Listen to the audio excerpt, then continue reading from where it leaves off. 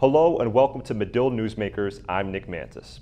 Over the past 20 years, there has been a shift in success between the professional sports teams here in Chicago, specifically the heydays of the Chicago Bulls dynasty and the 1986 Chicago Bears to now. Those teams were dominant in basketball and football during the 80s and 90s, and since then, neither team has won a championship. Those teams left a lasting impact on Chicago fans, and a few fans grew up to be superstars in their respective sports, like Donovan McNabb and Dwayne Wade, to name a few. Today's fans have their own opinions about the lack of success of the Bears and Bulls in recent years. Well, first up, they shouldn't have traded Jimmy Butler, because they talk about building a team around their young guys when they could have built a team around Jimmy Butler. So I think giving him up was a dumb choice. Our real last title shot was in 2015, but with LeBron James being in the Eastern Conference, we just aren't able to get over him at all. They have to draft good. They have to stop losing on purpose, but they've been trying to tank their team, so we're going to see what happens in the draft. Hopefully their plans for throwing away this season, last season, worked. I'm a basketball player, so I like to see them get a young point guard in the draft. I know some people have talked about Trae Young. He's very flashy, can shoot the ball, but somebody who can go off the dribble, do pick and rolls with Markkanen, just kind of play off of him. I like him.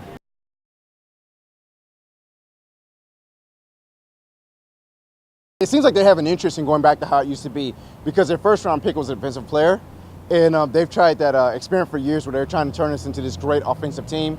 And I mean, those of us in Chicago, we know the Bears aren't built around offense. I think that having a defensive-minded coach will help them get their shit together. Hopefully they can have success in the run, but then just definitely develop the pass game a little bit more. As a Chicago fan, we got to hope for your team to make the playoffs and win. But I guess we just have to wait and see. So what could be stopping the consistent success for the Bears and Bulls? Chicago being a big sports town, it goes without saying that the pressure to perform could be wearing on those who play for these two hallowed organizations. After the break, I'll be joined by Chicago Bulls beat reporter Nick Friedell. Stay with us. Go you Northwestern, go Northwestern, break right through that. With our colors flying, we will cheer you all to go. Go you Northwestern, fight for victory, sweet victory, for the fame of our fair name, and go Northwestern, win that game. Go Cats! Here in the studio with us is Nick Friedell, the Chicago Bulls beat reporter for ESPN Chicago. He's covered the Bulls for 9 years. Nick, thank you for joining us. You got it, buddy. So going back a couple years ago, back in 2012, Derrick Rose's knee injury, a lot of fans here in Chicago see that as the turning point for the organization. What do you see, what do you believe is the defining moment that's led to, you could say, the Bulls' downfall? You can point right back there. I mean, that moment in time, I still remember sitting in that building at the United Center, and everything just kind of froze. And everybody went, I can't believe this is really happening. Once that happened, and then he didn't come back the next year, you went, where is everything going to go for this team? And then they didn't get back to the Eastern Conference Finals. They couldn't get past LeBron. The history just kind of fell the way it did. But once Derrick got hurt and they couldn't figure out what to do with all the salary cap space and implications because of his new deal, you could make the easy argument that the team and the organization, they haven't fully recovered from that moment still. And knowing that recovery is going to take a little bit of time, different tactics come into play. This last season, 2017, 2018, we can see that there was the quote-unquote tanking year in a way.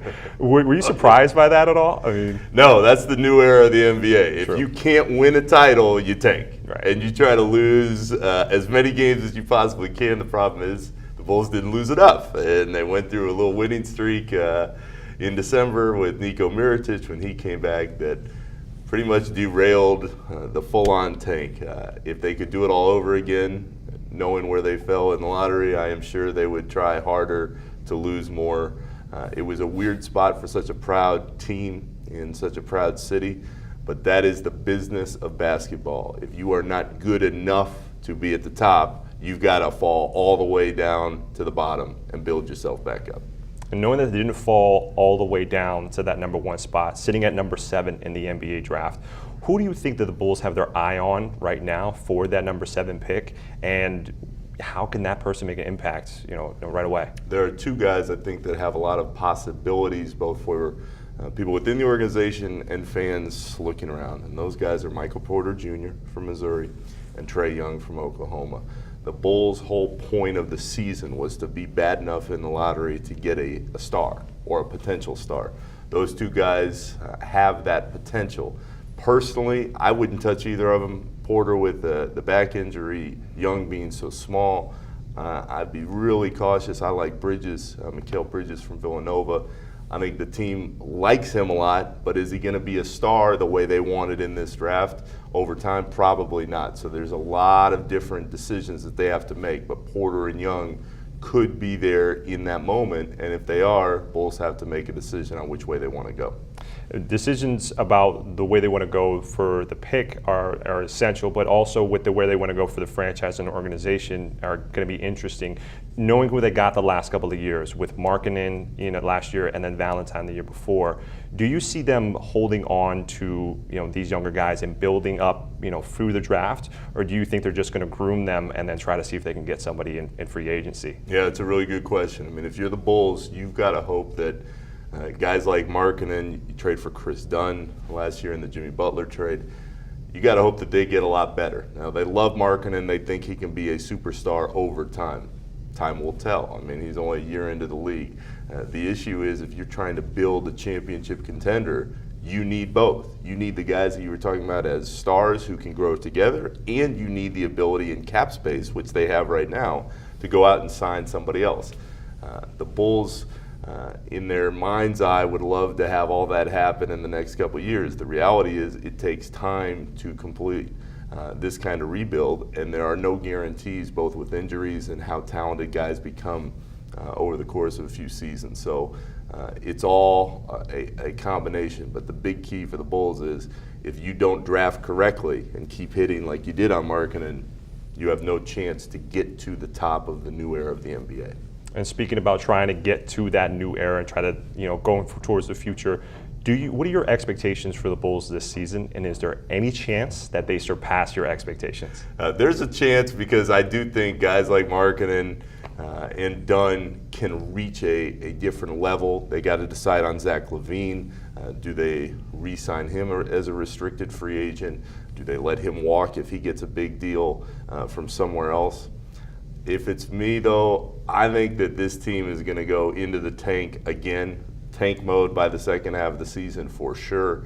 They know that they need a lot of talented players, and this ties into everything we've been saying. If you're the Bulls and you know that you're not going to be into the playoffs and fighting for one of those top spots, I think the easier path is go after the losses, hope for the best in the draft. I mean, this is going to take a while, and it's tough for Chicago fans to accept that because they saw all the wins in those Tibbs years a few years ago, but it's going to take some time, and I would expect the Bulls to win 25 or 30 games again next season. All right, well, 25 and 30, we will hold on to that and pray for the most. Nick, thank you so much for joining us. You got it. Well, when we come back, the Sun-Times reporter Patrick Finley joins us to talk about the Bears and if things are looking up for them next season. Why spend your entire life looking for some on-ramp to the road to opportunity when there's already a well-traveled path? So you may be wondering, what does that path look like? Is it paved with gold? Well, here's a hint. It's actually paved with purple. Northwestern University. Your road starts here. Welcome back. Transitioning onto the gridiron, the Chicago Bears are looking to start a new season under a new head coach with a familiar playing style. Joining me is Sun-Times reporter Patrick Finley, who covers the Chicago Bears and the NFL. Pat, thanks for joining us. Hey, anytime.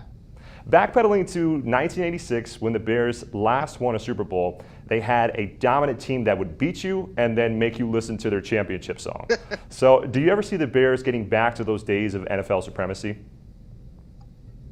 You got to start somewhere, and what they've been doing the last couple of years obviously hasn't been working. This is a team that, I think the Browns have had fewer than 10 losses since the Bears have. So they're in a bad spot right now, and they hope that Matt Nagy can pull them out of it.